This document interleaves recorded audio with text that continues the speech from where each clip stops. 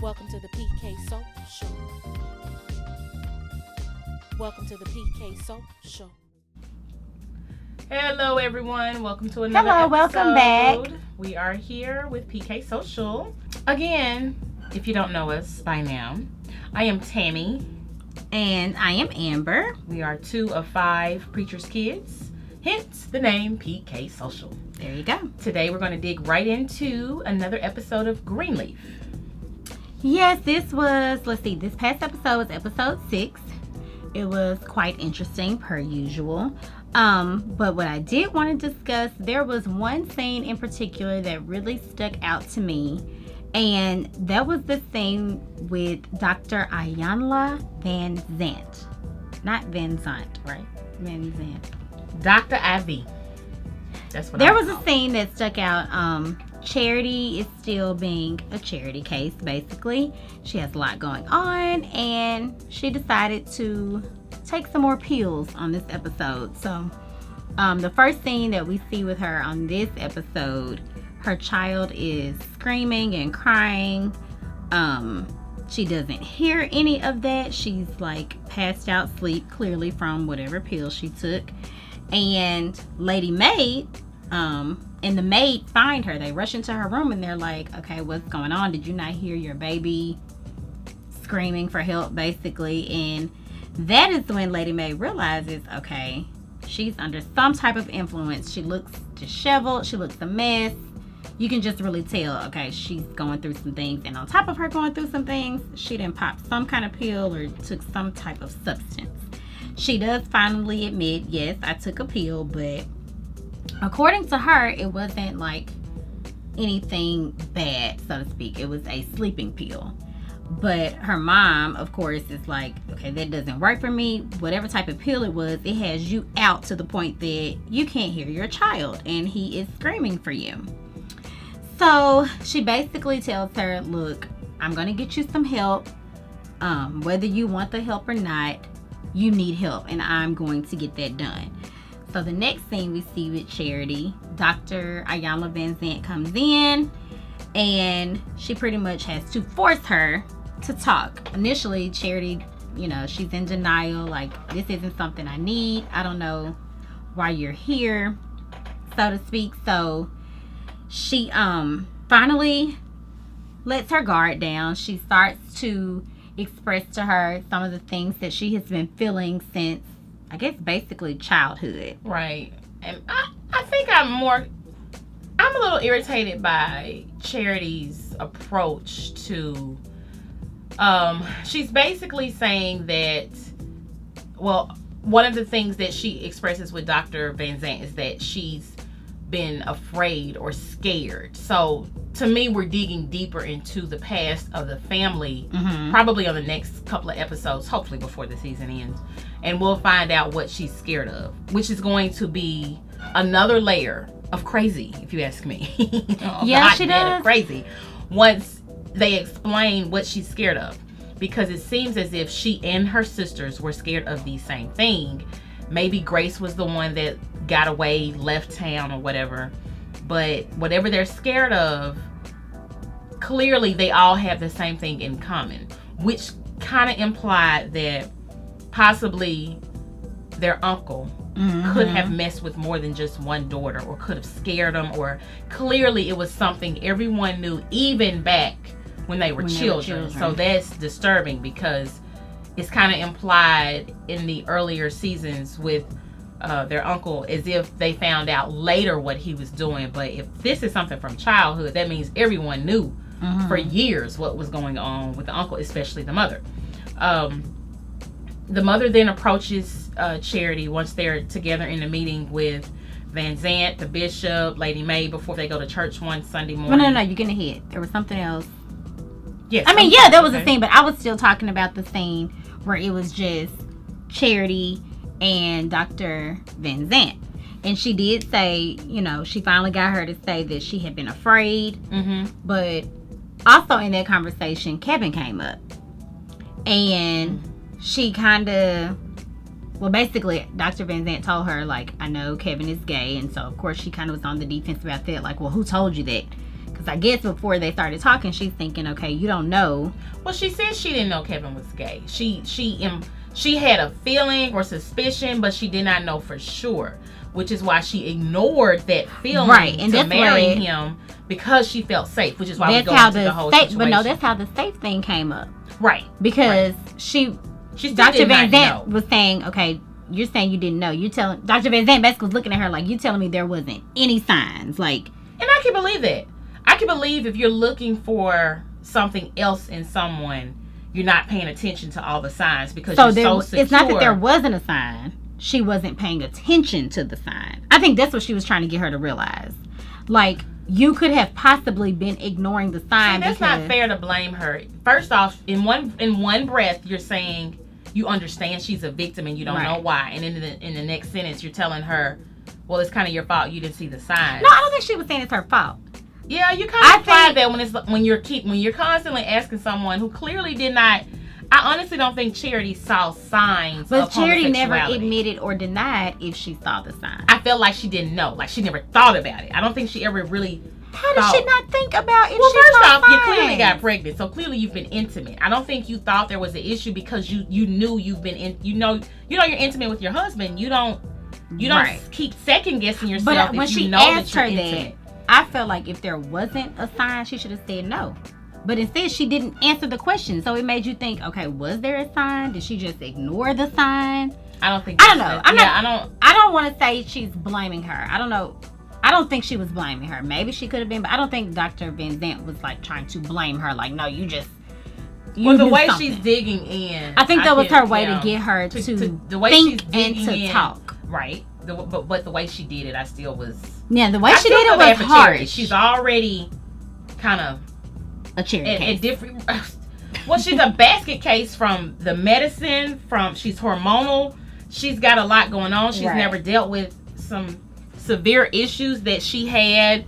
You know, she never dealt with the grieving of her child. She just has layer on top of layer of incidents that have contributed to her emotional state where she is now emotionally. And the way Dr. Van Zant kind of dug into her was kind of, it was a bit she did much. Start with it was the a dig. bit harsh. She did start with the dig. Yeah. Like, you didn't really start with easing her in. You just went straight to her. Yes. So. Yes. But I think it worked because it put her on the defense and it made her talk. Yes. So I feel like, because of course, you know, when she first got in there, Charity was not trying to talk to her. She wasn't feeling it. True.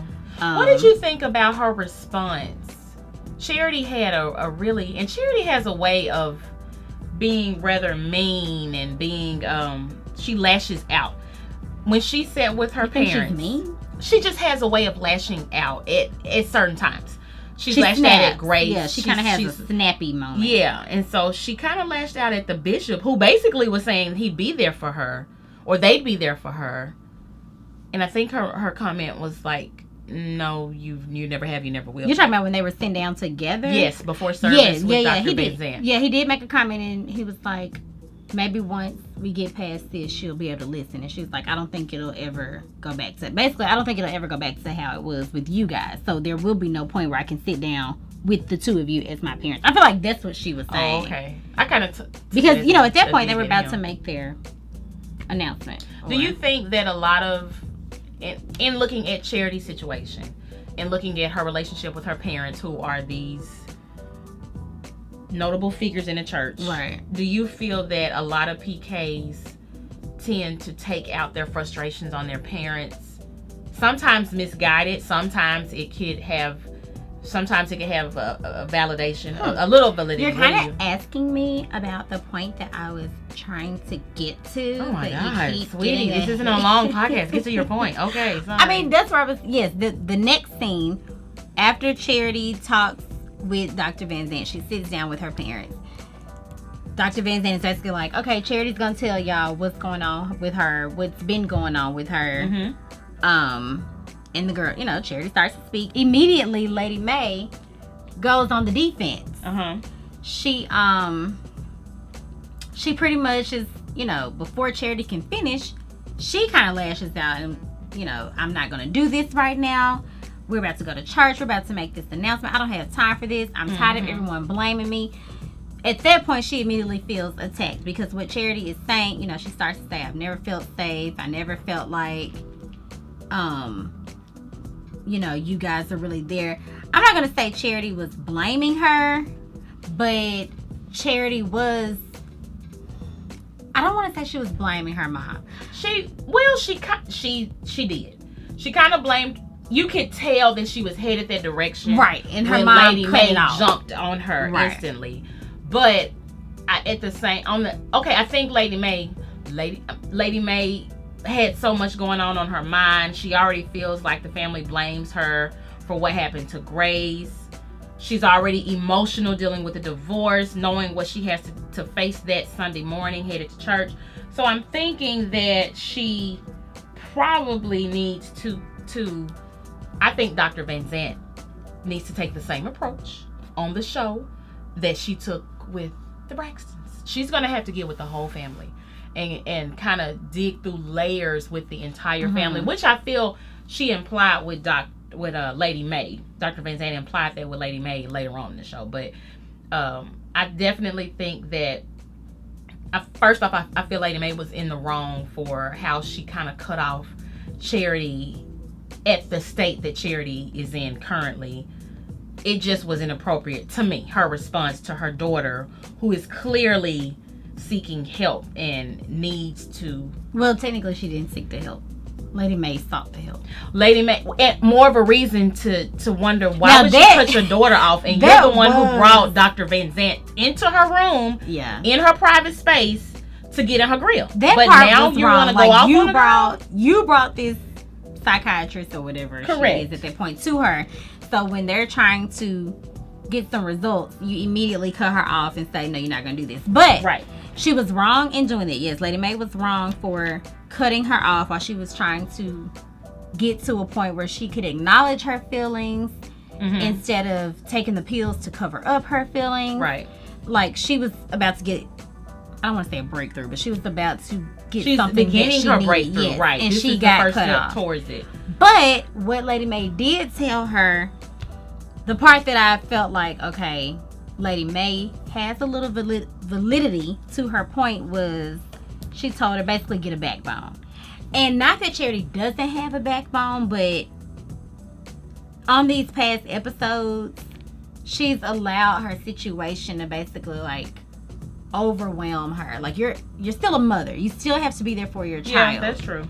You can't, like, for instance, she was asleep. You're asleep. The baby is crying, yelling, screaming, whatever. The maid heard the baby downstairs over a vacuum. So he's pretty much frantic probably at this point because he's not getting any attention, which sounds like that's pretty much the same thing she was saying from her parents. Like she was overlooked. She didn't feel safe. And you're doing the same thing to your child, basically. So Lady Mae was pretty much telling her, get some backbone. And I think she felt like the conversation was kind of about to go toward Mac, and which is the uncle that was molesting her sister. And she mentioned her own instance of or experience of molestation and was just like, I didn't get to be sad, or I didn't get to show my feelings. I didn't get to... And that's because Lady Mae did not properly deal with her past. Right. She kind of had a... Because, for those who don't know, her father, Lady Mae's father, was molesting her. So she pretty much feels like, at that moment, she felt like, Charity, you're not even the one that was getting molested. Get some backbone. And honestly, we don't know that. We don't know what Charity was headed in, what she was headed into. You think she was getting molested? Saying, I don't think she was getting molested. For you to be scared, for you to be concerned, it made me wonder what else happened in this childhood that the family, what is the secret that you all are keeping outside of Grace? It felt like it's more than just Grace. Well, okay. I don't know if I didn't feel that way, but it's a possibility. Yeah, it is a possibility. We can come back next week and say we were wrong. We don't know yet. Yeah. But I definitely think that something could have happened, which to me could lead to also another reason as to why she's safe with Kevin.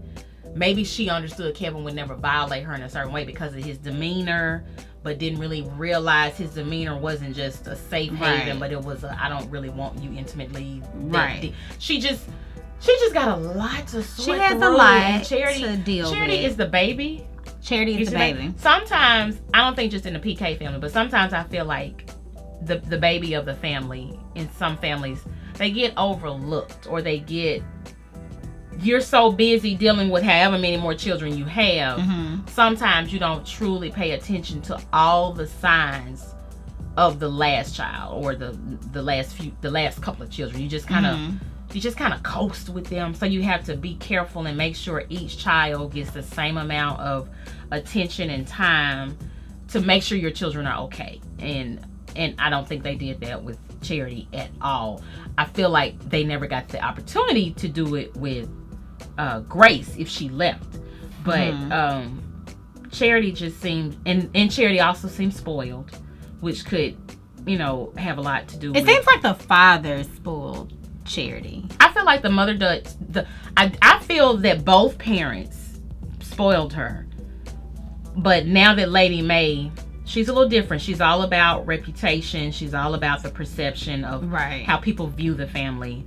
I can see her being almost bipolar, and in one breath she'll Lady Mae being bipolar. One breath she'll cuddle you. I get it. Yes, one breath she'll cuddle you until it's inconvenient for her. Because she kind of was cuddling reputation. her in the room when the baby was crying. Correct. Like, baby, I'm gonna get you silk. And then as soon and she did the same thing at the hospital. Yeah. When she went as soon as Charity tried to talk to her, mission. it was like, get some backbone. Right. But because she's kinda getting in her her. zone. Lady Mae is crazy. She gets in her zone. Lady Mae is not. She's crazy. She gets in her zone. She has a whole new demeanor when it comes to approaching the church. Yeah. She has to be in a certain light to the church. That's what makes her an interesting first lady, especially for the show. I mean, it's drama, so she adds to it with how she approaches the ministry, how she deals with the members, even. Yeah, she did pretty much dismiss her. Like, you know what? We're going to come back to this family But it's issue. almost like it's game time. You dismiss her because it's game time. We headed to church. We got to deal with this. We ain't got time for your issues right now. Even though you know she has issues and you brought someone in to help her with the issues, it wasn't convenient for you because you have to be a certain way at the church. Lady Mae is an interesting first lady, and I just think that she definitely needs to make sure she pays more attention to her children, especially dealing with the divorce with Bishop, dealing with the state of mind of Charity. She just needs to make sure she's not so busy on herself. She's very much so about making sure she comes out of the divorce on top. And I think she's sacrificing Charity. She's sacrificing the state of her children, her grandchildren, to do so. So hopefully she's careful. Hopefully her friend, the other pastor, will help her, Pastor Maxine. Hopefully she will help her to stay grounded even through the process. So we just hope that all parents know whatever you're going through, your children can't feel it. Your children can't feel the situations. You need to make sure you're there for your children. You're in tune with what's going on with them, especially if you're having problems in your home, like with the bishop. Clearly it's going to take a toll on the children. So just make sure you keep your children first. Keep God first to get direction, but make sure you pay attention to your children in your homes. And I think that's a wrap up for today. We will be back next week. You can contact us at thepksocial@gmail.com if you have any comments, maybe, or if there's a topic on the show that you want to talk about, we can talk about that with you. Also, you can follow us on Instagram at thepksocial, and on YouTube at the PK Social. Also, Twitter at the PK Social. Am I leaving anything out? Twitter, Instagram, Facebook, YouTube, the PK Social. And tell everybody about the podcast. Oh, subscribe to the podcast. Share it with your friends. Tell them to listen and tune in weekly. We will have a new episode every Monday at 10 a.m. Central Standard Time. Thanks again for tuning in. Have a great week. Thank you.